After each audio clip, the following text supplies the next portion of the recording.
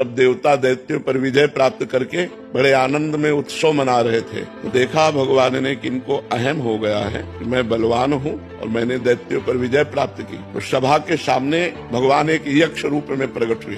तो देवराज इंद्र ने देखा, बोले कोई भी देवता इनका परिचय लाकर हमें बताओ ये कौन प्रकट हुआ है। तो सबसे पहले वायुदेव प्रकट हुए। विश्व में वायुदेव से बढ़कर कोई बलवान नहीं। तो वायु देवता गए और कहा, यक्ष तुम कौन हो? तो उनका हम तो अपना परिचय बाद में बताएंगे, पहले आप बताएं आप कौन है। बोले मैं पवन हूँ, वायु। क्या है आप में क्षमता? तो उनका क्षमता ऐसी कि मैं पूरे त्रिभुवन को तिनके के समान उड़ा सकता हूँ। तो एक तिनका प्रकट किया और कहा उड़ा के दिखाओ।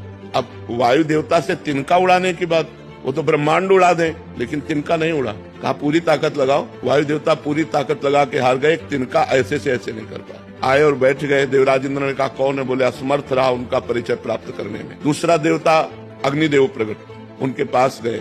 उनका आप कौन है? अग्नि। बोले आपके सामर्थ्य? बोले त्रिभुवन को उपले की तरह जलाकर भस्म कर सकता हूँ। तो उसी तिनके को कहा तुम भस्म करके दिखाओ। तिनके की तरफ देखा, कुछ नहीं हुआ। पूरा पावर लगा दिया, कुछ नहीं हुआ। अग्नि देवता वापस जाकर बैठ गए और कहा मैं असमर्थ रहा। तब स्वयं देवराज इंद्र उठे, जे ही गए सो एक संतर ध्यान